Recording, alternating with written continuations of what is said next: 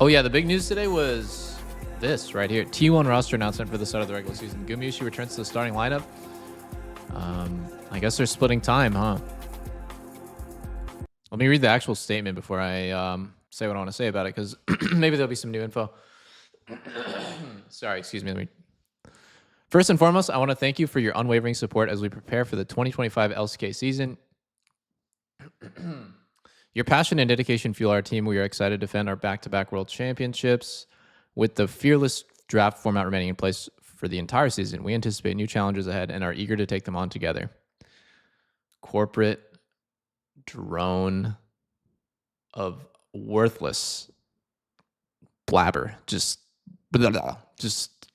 vomiting meaningless statements. I understand that many of you have been frustrated by our silence regarding roster changes and the possibility of a 6-man lineup. Please know that this was never out of disregard for our fans, but rather due to an ongoing internal discussions between management and our coaching staff. As we worked towards the best path forward, I have complete trust in Becker, Coma, and the coaching staff, and after extensive conversations with them, I have requested that Gumayusi be part of the starting lineup, and as a result, he'll be starting when the regular season begins. This decision was not made lightly, but as CEO, it is my responsibility to take a long-term view and ensure the best interests of T1. While Gumayusi will be starting the season, he and Smash will be competing in practice and pushing each other throughout the year. The coaching staff will ultimately determine which player gives us the best chance to win in the long run, and that player will play.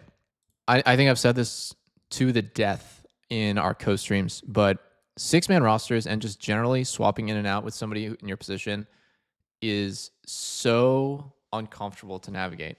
As the person who's being swapped in and out, you're constantly being compared to someone who you're supposed to be working alongside, right? It's like your career and the way that people perceive you for the rest of your career is determined by whether or not you're better than this guy. So he's your teammate, but in a lot of ways, he's actually your greatest competitor. Like, somebody who's literally there to potentially take your job is way more of a competitor to you than the guys that you're playing against that weekend in some ways. I know that that's not exactly how it works, right? And I think in a very altruistic team environment, a player who's being swapped in and out like Guma and Smash wish each other the best and want what's best for the team. But you factor in egos, and you also factor in really subjective measures of skill. And now all of a sudden, it's not like, okay, well, Smash scored to 95 and Guma scored to 96, so Guma gets to play. There's like more politics involved. How do your teammates like playing with you? It's not completely objective, you know what I mean? Like, if it was that way and it was as simple as like scoring well on a test or who can bench or squat more weight that weekend, that would feel a bit better in my opinion than, oh, you just got subbed out this weekend, we like playing with Smash better. It's like, well, then you're starting to doubt what you're doing in practice. You're starting to really second guess your like how comfortable you feel doing certain plays, making certain calls, pushing your teammates in certain ways. So I will just say that I think this is it's hard to be the people who are swapping in and out. And it's even harder at times to be like for everyone to be a coherent team when this is happening, because every single week you have to make a decision.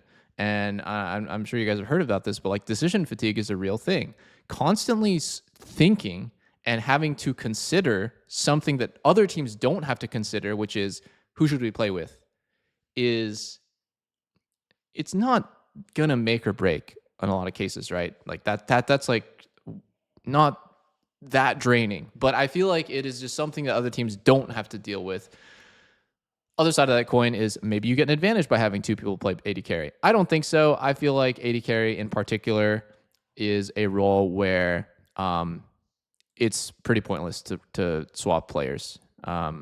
It's a very formulaic role. It's not like fucking mid lane, which is incredibly diverse in the options that you have. Gumayusi has been a part of T1 since 2018. His journey is a testament to hard work, dedication, and adaptability. When he first joined our roster in 2020, his aggressive playstyle made him a standout talent. Yep. Over time, he adjusted his game to align with the team's needs, often to the detriment of his own personal statistics and accolades, but he never wavered in his commitment to the team's success, ultimately helping us secure back-to-back world championships. I mean, this Guma guy's not even that accomplished anyways. He only got second at Worlds 3 years ago and then won back-to-back. He's pretty worthless, honestly. With the new roster in 2025 and significant changes to the game, our bot must once again evolve into a hyper carry position. I have full confidence that Gumayusi can adapt and thrive in this role, just as he has before, but more importantly, I believe he has earned the right to prove himself once again as one of the world's best bots. I once said that Gumayusi bled black and red, and I meant that. He's been incredibly loyal to T1, and this is my way of honoring that loyalty. When we began planning for 2025, our intention was to maintain a 5-man roster. However, as the team prepared for the LCK Cup, the coaching staff made the request to test out Smash, and during that time, he had shown a strong performance.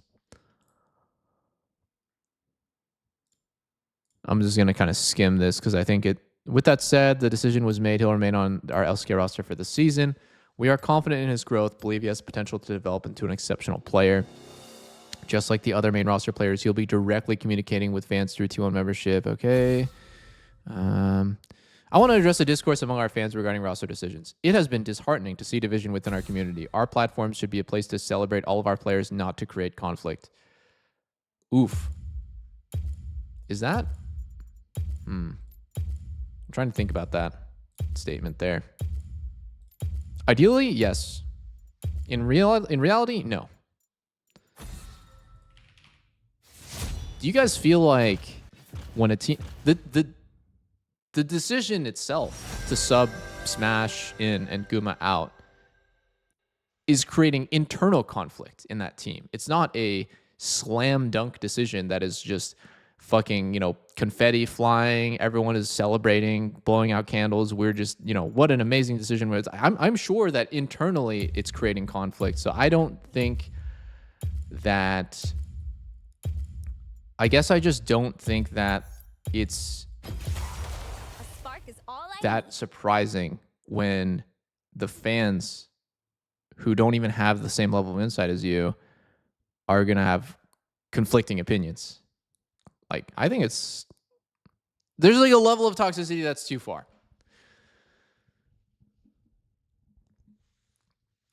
I acknowledge that our silence, along with some missteps in timing related to roster images and sponsors, related to roster images and sponsor commitments, contributed to the confusion. For that, I sincerely apologize to our loyal fans and partners. Roster changes are always met with mixed reactions, but I ask that you continue to support all 6 of our players as they strive to bring victory to T1. Thank you for standing with us. We are ready for the battles ahead and look forward to making 2025 another historic year for T1.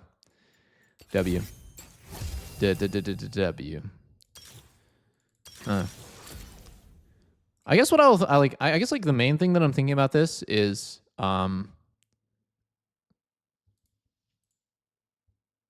you could see it as Joe Marsh is going to shoulder the blame and kind of like tank it to say it was his decision instead of the coaching staff. So it could be like a PR statement that like the coaching staff doesn't really like. I'm imagining a make-believe scenario, right? The coaching staff is not sure if they should do the 6-man roster or not, but Joe Marsh is going to like in this statement say he requested for this to happen. And so he kind of forced it to happen. So you could see it that way. I think you could also see it as like he's overriding the coach's will. And in that case, the coaches didn't want a 6-man roster, right? Otherwise, why would it have to be personally requested by the CEO? So their plan, the coach's plan, was to just have a 5-man roster with Guma benched. And that is just like fuel for a lot of theories, in my opinion. As far as like, wow, they're literally not going to play him at all, right? What a fucking wild ride for Guma. 2nd place at Worlds. World champion. Benched in the first split of the next season. What? Like, what did he do? Is he playing that bad, bro? Like, honestly, even if you had an entire month of running it down in scrims, it would not merit being benched after that resume. He would have had to do something horrible he would have just had to fucking, you know, basically say like spring split doesn't matter, but like even to like the more insane degree of just like, yo, fuck you guys, none of you guys matter. I don't care anymore about any of this, and just start playing Minecraft in the team room. And then I could see him being benched to that level where it's not even just like, yo, you're benched, behave yourself, you'll be back on the starting roster in a week. This is just like a warning shot. He has to have done something dastardly. I don't even know what it could have been. Or is Smash just that good? Yeah, I mean, I guess you know, I'm thinking very negatively on the side of Guma. Maybe it is just the case that Smash is so unbelievable of a talent that they feel like even though Guma is extremely talented, there's a lot of reasons why Smash should just be a better player for this year. To that, I will say what Jomar said is so true. He says, I once said Gumayusi bled black and red. Basically, he bleeds T1. And I meant that. He's been incredibly loyal to T1, and this is my way of honoring that loyalty. I think that there is a level of respect and loyalty that you have to pay to your players when they have shown you, when you know you want to reciprocate that. And I think it's incredibly fucked up to wait for somebody to slump or for like a better option to come up and to just give up on. It's like you've been just waiting for this relationship to deteriorate. It's almost like you, sometimes you get into a relationship with a girl or a guy, whatever, and you know it's like the relationship died months ago, but you're just kind of like waiting for the right time. Hopefully some sort of fight, hopefully some sort of like bump in the road to like actually go through with the breakup. And I feel like that's a terrible environment to be in as a team. You have to have like full commitment to each other. And this is a full-on last resort to sub somebody out, even if they're slumping, even if they have a bad attitude. You have to repay their loyalty, right? Because they stuck up for you in your hard times. You stick up for them in their hard times. So that is my opinion. I wish there was more information. I wish there was something more concrete, but I'm just theorizing what could have happened. Imagine being so loyal to T1 and they just dump you in the trash like that because a new talent randomly appears. And yeah, like, and guys, like, do you think that Smash is that much? How much more of a talent exists between Gumayusi and the best talent to ever touch the game, right? Just think about it. Gumayusi is one of the most talented players in the history of the game. If you don't think so, just exit the conversation right now. Gumayusi is without a doubt, and everyone on that T1 roster is one of the most talented players that will ever play this game. Now, what do you think is the difference between Guma, who's in that level, exactly where in the level, who knows, and the most talented player that will ever play this game? It could be Smash, right? We're talking about a theoretical world where Smash is the most unbelievable talent to like touch the game. And I feel like the difference is not that much.